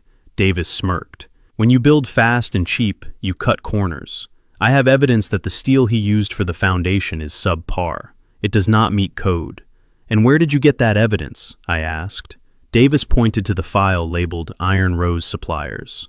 "Because we sold it to him," Davis said. "Or rather, a shell company we own sold it to him. It is perfectly safe, but on paper it lacks the proper certification. It will take weeks to test it. Weeks he does not have." I leaned back in my chair. "You are a dangerous man, Davis." "I learn from the best," Davis said, looking at the photo of Esther on my desk. Brent was driving around the city begging for money. Tasha was at home crying, and I was about to condemn the only thing Brent loved more than himself, his tower. The phone rang. It was Brent. He was calling me. I looked at the ID, Harold Jenkins. He was calling the man he put in a home. He was desperate. I let it ring. Once, twice, 3 times. I picked up. "Hello?" I said, making my voice sound weak and shaky. "Harold," Brent said. His voice was frantic. "Harold, are you okay?" "Who is this?" I asked, feigning confusion. "It is Brent, your son-in-law. Listen, Harold, I need you to sign something for me. The doctors say you are doing better. I can come pick you up. We can go to a lawyer. I just need you to tell them that you wanted to sell the house." I paused. I let the silence stretch. "I like it here, Brent," I said softly. "They have bingo on Thursdays." "No, Harold, listen to me," Brent shouted. "You have to help me. People are trying to hurt me, Harold. They are trying to take everything." I looked at the view of the city. I looked at the iron key on the table. "That sounds terrible, Brent," I said, "but I am just a confused old man. I probably would not understand. Harold, please." I hung up. I turned off the phone. I looked at Davis. "He is ready," I said. "For what?" Davis asked. "For the knockout." I stood up and walked to the closet. I pulled out my suit jacket. "Tomorrow is Monday," I said, "and on Mondays we do business." I was not just fighting for a house anymore. I was fighting for every person who had ever been underestimated, for every parent who had been discarded, for every worker whose hands were dirty so their children's hands could be clean. Brent wanted a war. He wanted to play games with people's lives. Well, he was about to learn that when you play with fire, you do not just get burned. You turn to ash. And I was the one holding the match. Wednesday morning did not bring the sun. It brought a gray, heavy sky that hung low over the city of Atlanta. It looked like the lid of a coffin closing down on the world. I stood on my balcony at the St. Regis, watching the wind whip through the streets. I was drinking black coffee. No sugar, no cream. Just the bitter taste of reality. Down on the street level, things were quiet at the Summit construction site. The workers were gone. The cranes were still. The only movement was the flapping of a torn plastic sheet on a stack of drywall. But the silence was about to be broken. I watched through the high-definition camera feed on my tablet as a black sedan pulled up to the gate of the construction site. It was not a luxury car. It was a utilitarian vehicle, the kind driven by people who deliver bad news for a living. A man in a cheap suit got out. He held a thick envelope in his hand. He walked past the empty guard booth. He walked over the muddy tracks where the bulldozers had been. He walked straight to the trailer where Brent was hiding. Brent had slept in the trailer. I knew this because I had watched the lights stay on all night. He was afraid to go home. He was afraid to face Tasha. and he was definitely afraid to face Silas the loan shark. I saw Brent open the door of the trailer. He looked terrible. His shirt was wrinkled. His hair was a mess. He looked like a man who had aged 10 years in 10 hours. The process server handed him the envelope. He did not say a word. He just handed it over, turned around, and walked away. I knew exactly what was in that envelope. I had spent 3 hours drafting it with Davis the night before. It was a notice of default and immediate termination of ground lease. I watched Brent tear open the envelope. His hands were shaking so hard he almost dropped the papers in the mud. He started to read. I imagined the words echoing in his head. "Dear Mr. Thompson, please be advised that your company is in material breach of the ground lease agreement dated 1982 regarding the property at 124 Summit Avenue. The breach was specific. It was undeniable. Clause 14, Section B, states that the tenant must maintain the structural integrity of the land and surrounding vegetation. The unauthorized excavation and destruction of the established botanical garden, specifically the Heritage Rose Garden, constitutes a willful destruction of property." I took a sip of my coffee. "You dug up her roses, Brent. You thought they were just flowers. You thought they were just dirt. But in the eyes of the law, you were destroying the assets of the landlord." But that was just the jab. The uppercut was coming in the next paragraph. Furthermore, the failure to remit the monthly lease payment for the current month constitutes a financial default. Under the terms of the agreement, the landlord hereby exercises its right to terminate the lease, effective immediately. I watched Brent stumble back against the metal wall of the trailer. He was reading the second page now, the page that Davis called the kill switch. This was the part where the trap snapped shut. When you build a building on land you do not own, you are taking a risk. You are betting that you will always be able to pay the rent, because if you do not, the law is very clear. The land is the king. The building is just a subject. I could see Brent mouthing the words as he read. Pursuant to Clause 21, upon termination of this lease due to tenant default, all improvements constructed upon the land, including but not limited to structural foundations, steel frameworks, and stored materials, shall immediately revert to the sole ownership of the landlord. I set my coffee cup down. It made a sharp clink against the saucer. Revert to ownership. It meant I owned it all. I owned the steel he had bought with borrowed money. I owned the concrete he had poured. I owned the glass windows that were waiting to be installed. Brent dropped the papers. They scattered in the wind, blowing across the mud. He fell to his knees. It was a theatrical gesture, but it was real. He was screaming. I could not hear him through the camera, but I knew what he was saying. He was saying no. He was realized that he had spent millions of dollars building a tower for me. He scrambled to pick up his phone. He was calling his lawyer. He was calling the bank. But there was no one to call, because the second part of the trap had just triggered. At that exact moment across town, in the sleek offices of the Sovereign Investment Group, Davis was pressing the send button on an email. The email was addressed to Brent Thompson. Subject: immediate recall of capital. The $10 million loan that Brent had signed for at the party. The loan he thought was his salvation. It had a clause, too. It said that the loan was contingent on Brent holding a valid lease for the land. No lease means no collateral. No collateral means the loan is in default. I watched Brent phone buzz. He looked at it. He read the email. He threw the phone against the side of the trailer. It shattered. The $10 million was gone. It had never really been there. It was a mirage I had created to make him feel safe enough to pledge his life away. He had nothing. He had lost the land. He had lost the building. He had lost the financing. And he still owed Silas $200,000 by 5 o'clock today. I stood up and walked to the closet. I put on my jacket. It was time to go to the office. Not my old garage. My new office. The one that overlooked the ruin of my son-in-law. The collapse of a man is a slow and ugly thing to watch. It is not like a building falling down. It is like a tire leaking air. At first you do not notice it. Then it gets soft. Then it is flat. Then the rim grinds against the pavement, sparks flying until everything stops. By noon, Brent was grinding on the pavement. He had left the trailer. He had driven his expensive car back to the suburbs, back to the house he had stolen from me. But he did not go inside. He sat in the driveway. I had access to the security cameras at the house too. I saw Tasha come out to the car. She was wearing a bathrobe. Her hair was unwashed.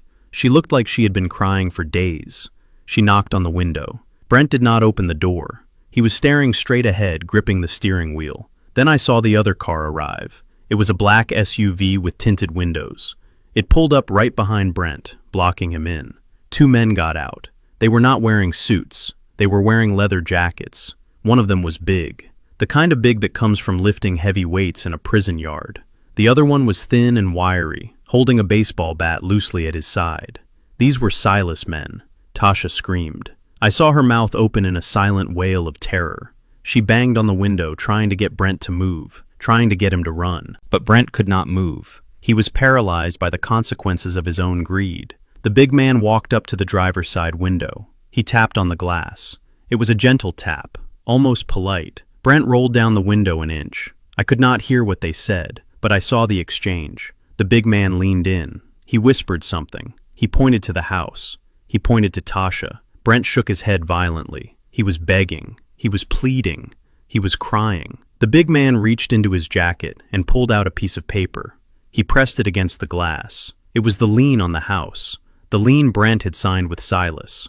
The man with the bat walked over to the mailbox. He took a swing. The wooden post shattered. The mailbox flew into the street. It was a warning. Next time it would not be the mailbox. The men got back in their SUV and reversed slowly. They did not leave. They parked at the end of the street. They were watching. They were waiting. The deadline was 5 p.m. Brent got out of the car. He fell onto the grass. He was sobbing uncontrollably.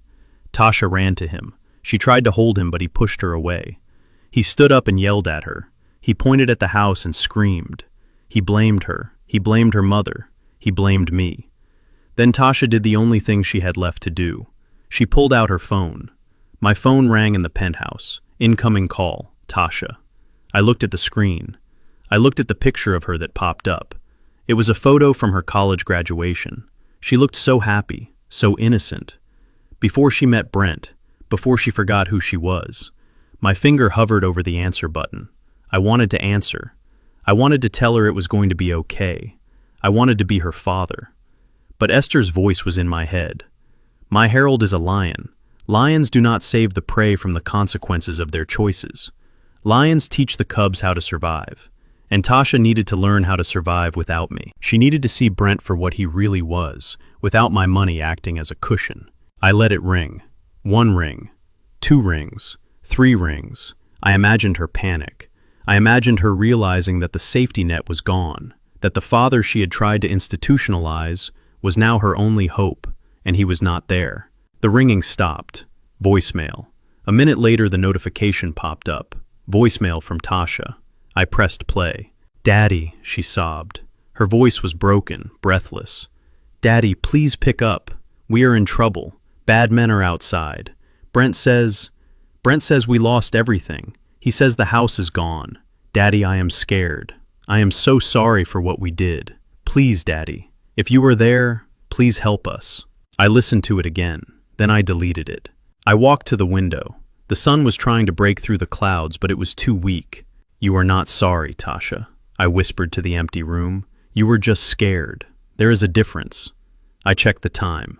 It was 2 p.m. I had 3 hours before Silas came back. I had 3 hours to prepare for the final meeting. I called Davis. "Get the car ready," I said. "Are we going to save him?" Davis asked. "No," I said. "We are going to buy him out, but the price is going to be very different than what he expects." I hung up.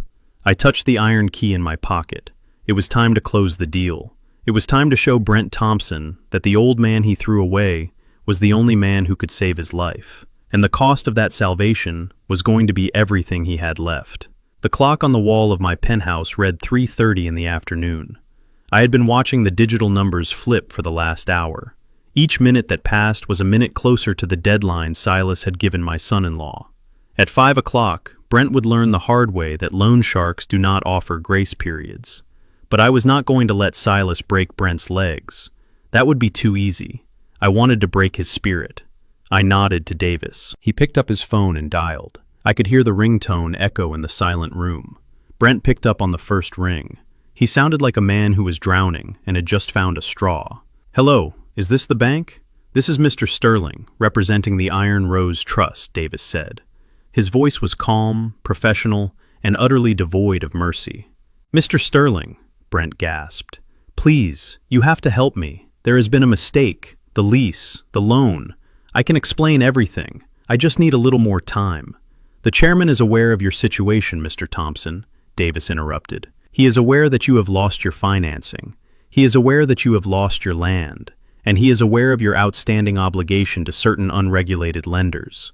There was a silence on the line, the kind of silence where hope fights with terror. How do you know about that? Brent whispered. The chairman knows everything, Davis said. He is willing to offer you a path to survival. He is willing to negotiate a buyout of your position, but it must happen now. You and your wife need to be at the headquarters of First Liberty Bank in 20 minutes. Top floor. Do not be late. 20 minutes. Brent stammered. I can be there in 10. Thank you. Oh God, thank you. He hung up. He thought he had been saved. He thought some benevolent billionaire was about to write him a check and pat him on the head. He had no idea he was driving to his own execution. I stood up. I walked to the mirror and adjusted my tie. It was a silk tie, deep red like the roses Esther used to grow. Let us go, I said to Davis. The chairman should not keep his guests waiting. We took the private elevator down to the garage and drove the 3 blocks to First Liberty Bank. The security guards knew me now. They saluted as I walked past. I took the express elevator to the boardroom. It was a room designed to intimidate. The table was 20 feet long, made of polished mahogany. The windows offered a panoramic view of the city, including the stalled construction site of the summit. I sat in the chair at the head of the table. It was a high-backed leather chair that faced the window. When I sat in it, my back was to the door. I wanted them to see the city before they saw me. I wanted them to see the empire they tried to steal. Davis stood by the door like a sentinel. 4 o'clock arrived. The heavy double doors opened. I heard the footsteps. Brent's steps were hurried, frantic. Tasha's steps were slow, dragging. Mr. Thompson, Mrs. Thompson, Davis said. Please come in. I heard them stop. They were looking at the room. They were looking at the view. They were looking at the back of my chair. Thank you for seeing us, Brent said. His voice was shaking. I cannot tell you how much we appreciate this. We have had a terrible misunderstanding with the lease. I am a reputable developer. My wife here can vouch for my character. Tasha said nothing. I could hear her breathing. It was shallow and ragged. Please sit down, Davis said. I heard the scrape of chairs. They sat at the far end of the table. So Brent started, his voice pitching higher with nerves. Mr. Sterling, you mentioned a buyout. I am willing to be reasonable. The summit is a billion-dollar idea. If the trust wants to come in as a partner, I am willing to offer a controlling stake for, say, $5 million. That would cover my immediate liabilities. He was still trying to hustle. He was sitting in the ruins of his life, with a loan shark breathing down his neck, and he was still trying to sell the dream. The chairman is not interested in a partnership, Davis said. He is interested in an acquisition, total, complete, and unconditional. Brent hesitated. Well, I suppose if the price is right. Who is the chairman anyway? I would like to shake his hand. It is rare to meet a man with such vision. I decided it was time. I pressed the button on the armrest. The mechanism hummed softly. The leather chair began to turn, slowly, deliberately. I watched the reflection in the window as I spun. I saw the city slide away. I saw the room come into view. I saw them. Brent looked like a man who had not slept in a week. His suit was rumpled. His eyes were bloodshot. Tasha was wearing a tracksuit, her hair pulled back in a messy bun. She looked small, defeated. The chair locked into place facing them. I rested my elbows on the armrests and steepled my fingers. I looked Brent dead in the eye. Hello, Brent. The silence that followed was not empty. It was heavy. It sucked the air out of the room. Brent blinked. He opened his mouth, but no sound came out. He blinked again as if his brain was refusing to process the image in front of his eyes. Tasha let out a sound that was half gasp, half sob. She covered her mouth with both hands. Her eyes went wide, staring at my suit, staring at my face, staring at the man she thought was locked away in a nursing home. Harold Brent whispered, finally. His voice was barely audible. What are you doing here? I did not smile. I did not frown. I just stared at him with the cold indifference of a mountain looking at a storm. I am the chairman, I said. No, Brent laughed nervously. It was a high, hysterical sound. No, that is impossible. You are You are confused. You are in Sunny Acres. Who let you out? Where is the real chairman? I stood up. I moved slowly. I buttoned my jacket. I walked down the length of the long mahogany table. My footsteps on the plush carpet were the only sound in the room. I stopped right next to him. I leaned down close enough to smell the stale alcohol and fear on him. You like to talk about optimization, Brent, I said, keeping my voice low and steady. You stood in my kitchen and told me my life needed to be optimized. You told me my house was an underperforming asset. Brent pushed his chair back, trying to get away from me. Harold, listen. I don't know what is going on, but sit down, I commanded. The voice was not the voice of Harold the mechanic. It was the voice of the man who owned the building. Brent froze. He sat back down. You wanted to optimize assets. I continued walking around the table to stand behind Tasha. Well, congratulations, son. You succeeded. You optimized yourself right out of the equation.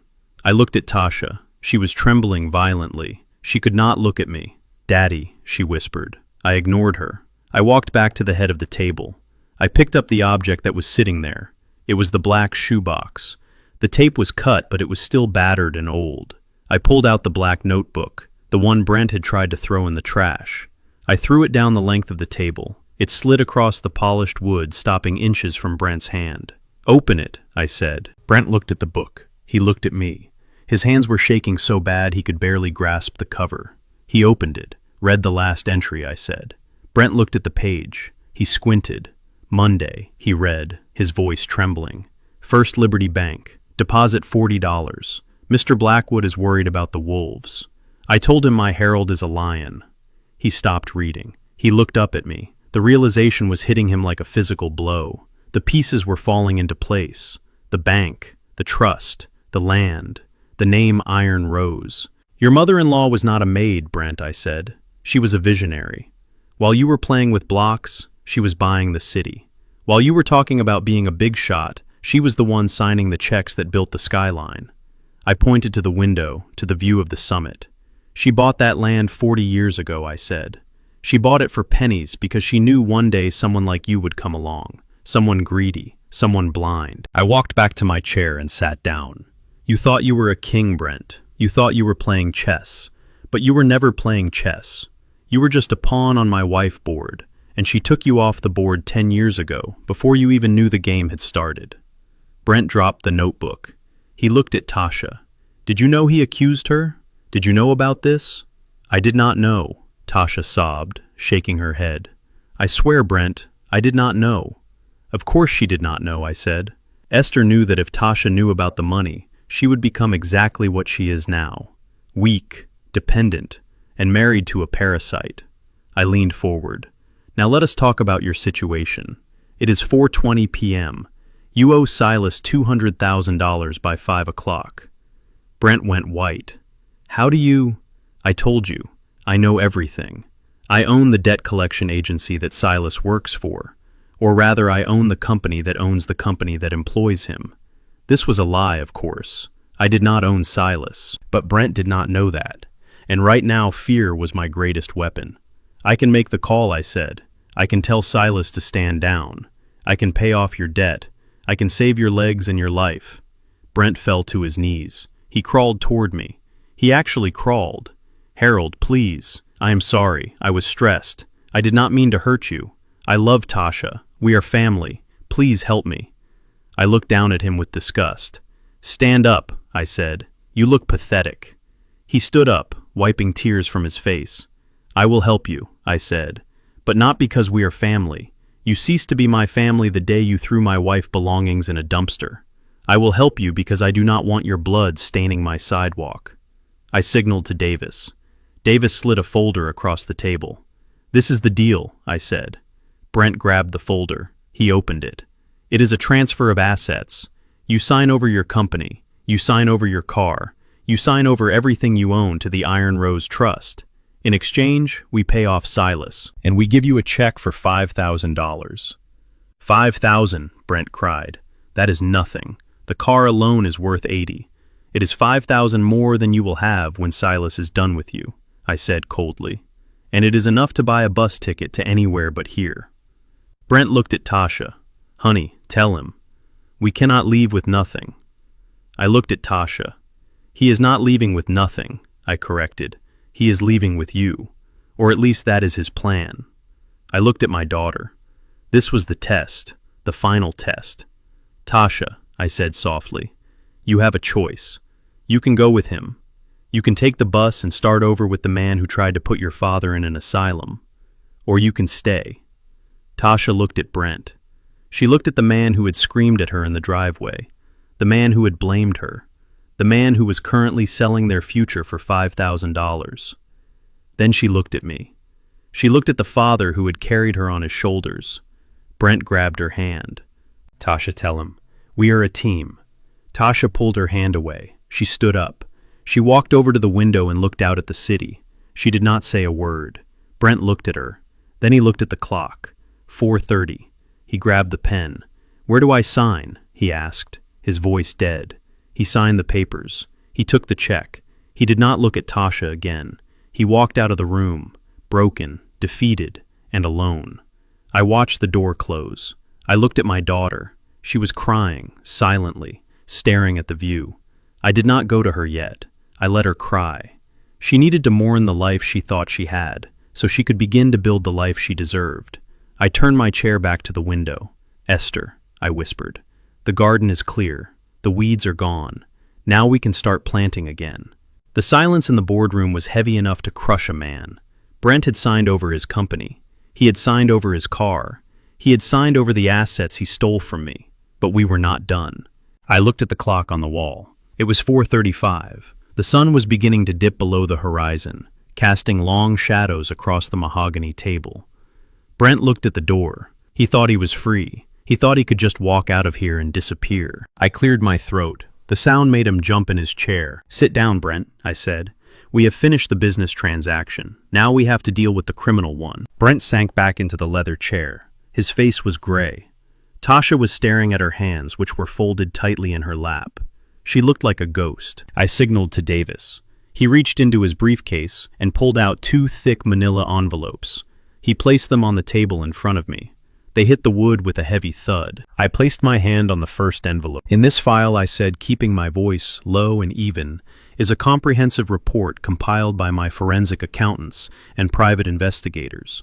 It contains the audio recording of you coercing me to sign the nursing home admission papers. It contains the wire transfer records of you paying a bribe to the city zoning official. It contains the loan documents you forged with my signature. And it contains the affidavit from Mr. Gecko stating you tried to sell a property under fraudulent pretenses. I slid the envelope toward him. Brent began to weep. It was a pathetic sound. He put his head in his hands and rocked back and forth. I placed my hand on the second envelope. In this file, I continued, is a different kind of document. It is a petition for uncontested divorce. It is a restraining order barring you from coming within 500 feet of Tasha or myself. And it is a voluntary agreement to leave the state of Georgia permanently. I slid this envelope next to the first one. Here is your choice, Brent. You can leave this room in handcuffs, or you can leave this room single and exiled. Brent looked up. His eyes darted between the 2 envelopes. He looked at the prison file. Then he looked at the divorce file. Tasha lifted her head. She looked at her husband. She was waiting for him to fight. She was waiting for him to say that he would rather go to jail than lose her. She was waiting for the man she had defied her father for. Brent did not look at her. He did not hesitate. He did not ask for a moment to think. He reached for the second envelope. I will sign it, he said. His voice was breathless.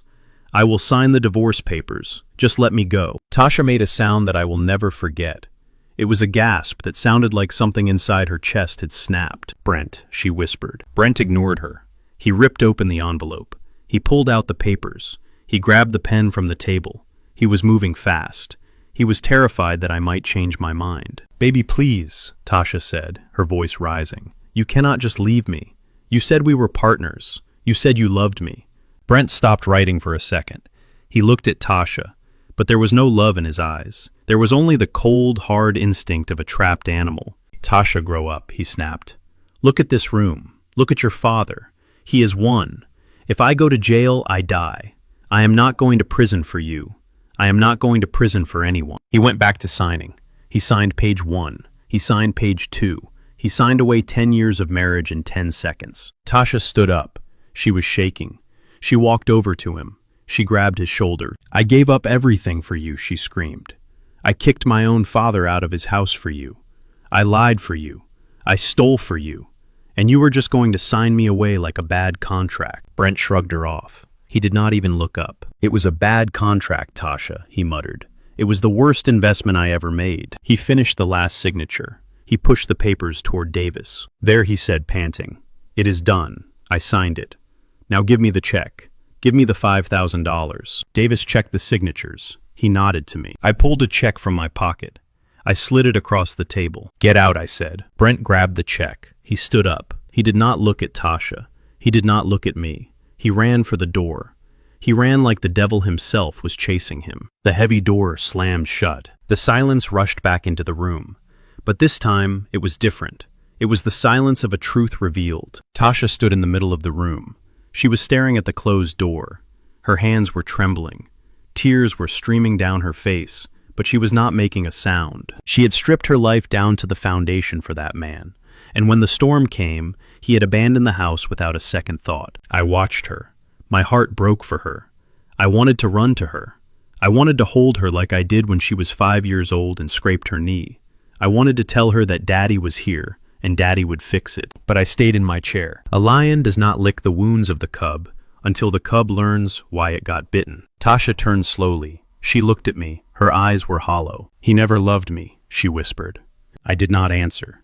The truth was obvious. "He only loved what you could give him, Tasha," I said softly. "He loved the house. He loved the land. He loved the safety net. When I took the net away, he fell, and he did not try to catch you on the way down." Tasha walked over to the table. She pulled out a chair and sat down. She looked exhausted. "I am sorry, Daddy," she said. Her voice was weak. "I am so sorry. You were right. Mom was right. I was so stupid." She put her head on the table. "Can we go home now?" she asked. "I just want to go home. I want to sleep in my old room. I want to forget this ever happened." I looked at her. This was the moment. This was the hardest thing I had ever had to do. It would be so easy to say yes. It would be so easy to take her back to Elm Street, to let her live in her old room, to feed her and clothe her, and let my millions protect her from the world. But if I did that, she would never change. She would just wait for the next Brent. She would remain a child in a woman body. Esther had left me a task. She had told me to be strong. "No, Tasha," I said. Tasha lifted her head. She looked confused. "What?" I said no, I repeated. "You cannot go home." But you have the house back," Tasha stammered. "Brent signed it over. It is yours." "Yes," I said. "It is mine. It belongs to the Iron Rose Trust. And the trust has strict rules about who lives there." I stood up and walked to the window. "You chose him, Tasha. You chose to evict me. You chose to sign that medical form declaring me incompetent. You made a series of adult decisions, and now you have to live with the adult consequences." Tasha stood up. She looked terrified. "Daddy, you cannot be serious. I have nowhere to go. He took the car. He emptied our joint account before he left. I have no money. I have no job. I have nothing." I turned to face her. "You have your health," I said. "You have your education. You have 2 hands and a brain. That is more than your mother had when she started." I reached into my pocket. I pulled out a small notepad. I wrote down an address. I tore the page out and placed it on the table. "This is a women's shelter on the west side," I said. "It is clean. It is safe. They will give you a bed and a hot meal for 3 nights. Tasha stared at the paper. She looked at me with horror. "A shelter," she gasped. "You are a millionaire. You own this bank. And you are sending your daughter to a homeless shelter." "I am sending my daughter to reality," I said. My voice was hard, but my eyes were wet. I continued. "After 3 days, you will need a job." I spoke to the manager of the grocery store on 4th Street, the one where we used to shop. "He needs a cashier, minimum wage, long hours on your feet. It is hard work." Tasha backed away. "I cannot work at a grocery store," she said. "I have a degree in art history." "Your degree did not stop you from signing fraudulent documents," I said. I walked over to her. "Listen to me, Tasha. I love you. I love you enough to let you fall. If I pick you up now, you will never learn how to stand. I am not going to give you money. I am not going to give you a car. I am not going to give you a house." I pointed to the door. "You are going to walk out that door. You are going to go to that shelter. You are going to get that job. You are going to save your own money. You are going to rent your own apartment, even if it is a studio with a leaky faucet. And when you do that, I said, my voice cracking slightly, when you pay your own electric bill with money you earned from sweating all day, then you come see me. Then we can talk about family, because then you will know what family is worth. Tasha looked at me. She was crying harder now. It was a cry of desperation. You are cruel, she sobbed. Mom would never do this. Mom is the one who told me to do this, I said. I picked up the black notebook. She wrote it right here. Tasha needs to find her own iron. You cannot give it to her, Harold. She has to forge it in the fire. I handed her the paper with the address. Take it, I said, or do not. It is your choice. But the door to Elm Street is locked, and I am the only one with the key. Tasha looked at the paper. She looked at the door where Brent had run. She looked at the luxury of the boardroom. She realized then that the bank account was closed. The daddy bank was closed. She reached out with a trembling hand and took the paper. She wiped her eyes. She stood up straighter. I hate you, she whispered. I know, I said. That is okay. You can hate me. As long as you respect yourself. She turned around. She walked to the door. She did not look back. I watched her leave. I watched the elevator doors close on my only child. I felt like my heart was being ripped out of my chest. I wanted to chase her. I wanted to give her a credit card. I wanted to save her. Davis walked over to me. He placed a hand on my shoulder. That was the bravest thing I have ever seen, he said. I sank into the chair. I buried my face in my hands. It was not brave, Davis, I whispered. It was necessary. I looked out the window at the construction site. It was dark now. The skeleton of the tower stood against the night sky. We tore it down, I said. We tore it all down. Davis nodded. Yes, Harold. But now the foundation is clear. Now you can build something that will actually stand. I touched the iron key in my pocket. Esther, I thought. I hope you are right. I hope she finds her iron, because I do not know how much iron I have left. I stood up. Take me home, Davis, I said. Take me to Elm Street. I have a garden to replant. The soil in Georgia is red like clay and stubborn as a mule. It fights you when you try to dig into it. It resists the shovel. It demands sweat before it gives you life. For the last 12 months, I have spent every morning on my knees in the dirt fighting this soil. And I have won. I stood on my back porch sipping coffee from the mug Esther gave me for our 30th anniversary. The morning air was cool and smelled of damp earth and blooming petals. Where the bulldozer had once ripped a scar across the land, there was now a sea of red. I had replanted the roses, every single bush. I found the original receipts in Esther's notebooks, and I tracked down the exact species she loved. The climbing Don Juan, the Mr. Lincoln, the Veteran's Honor. They were back, and they were stronger than before. The house was quiet, but it was not the lonely silence of a tomb anymore. It was the peaceful silence of a sanctuary. I had repaired the roof. I had sanded the floors. I had painted the walls a soft yellow, the color Esther always said caught the morning light best. I did not hire a crew. I did not bring in a team of strangers. I did it myself. My hands, which had been clean and soft during my time in the penthouse, were rough again. They were stained with paint and scratched by thorns. They felt like honest hands again. I walked down the steps into the garden. I touched the velvet petal of a rose that had just opened this morning. It was a deep crimson, almost black, in the center. It had survived the winter frost, and now it was thriving. People think that once you get rich, you stop working. They think money buys you the right to be lazy. But Esther taught me that money just buys you the right to choose your work. And I chose this. I chose to rebuild what greed had tried to destroy. I chose to honor the memory of the woman who saved my life by tending to the things she loved. I sat on the new bench I had built under the oak tree. I watched a cardinal land on the bird feeder. Life had returned to Elm Street. The birds were back. The squirrels were back. The neighbors waved when they walked by. They did not see a millionaire. They just saw Harold, the man who had the best garden in the neighborhood. And that was exactly how I wanted it. But while my garden was growing in the sunlight, there were others who were living in the shadows. I reached into my pocket and pulled out a report that Davis had sent me yesterday. I did not need to read it. I had memorized it. Brent Thompson was no longer a developer. He was no longer a visionary. He was a ghost. The report said he was living in a small town in Nevada, 2,000 miles away from Atlanta. He was working as a dishwasher in a 24-hour diner off the highway. He lived in a motel room that rented by the week. He paid in cash.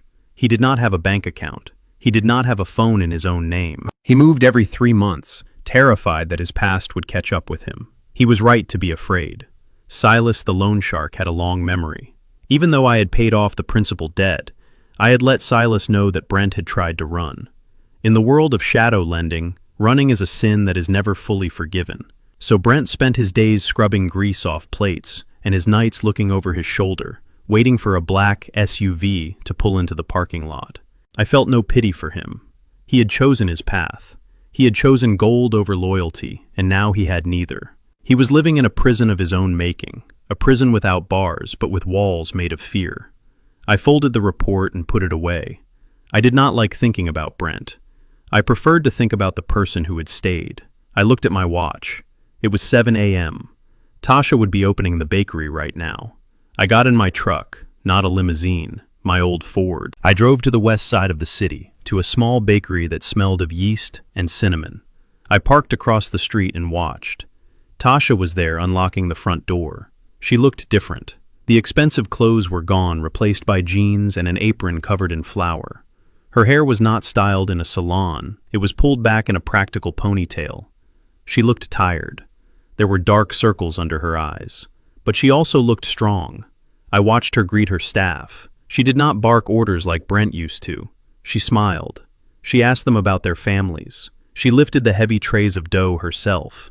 She was the first one in and the last one out. She had lived in the shelter for 3 days. She had cried every night. But on the 4th day, she got a job. She rented a small studio apartment above a laundromat. It was noisy and hot, but it was hers. She paid her own rent. She bought her own food.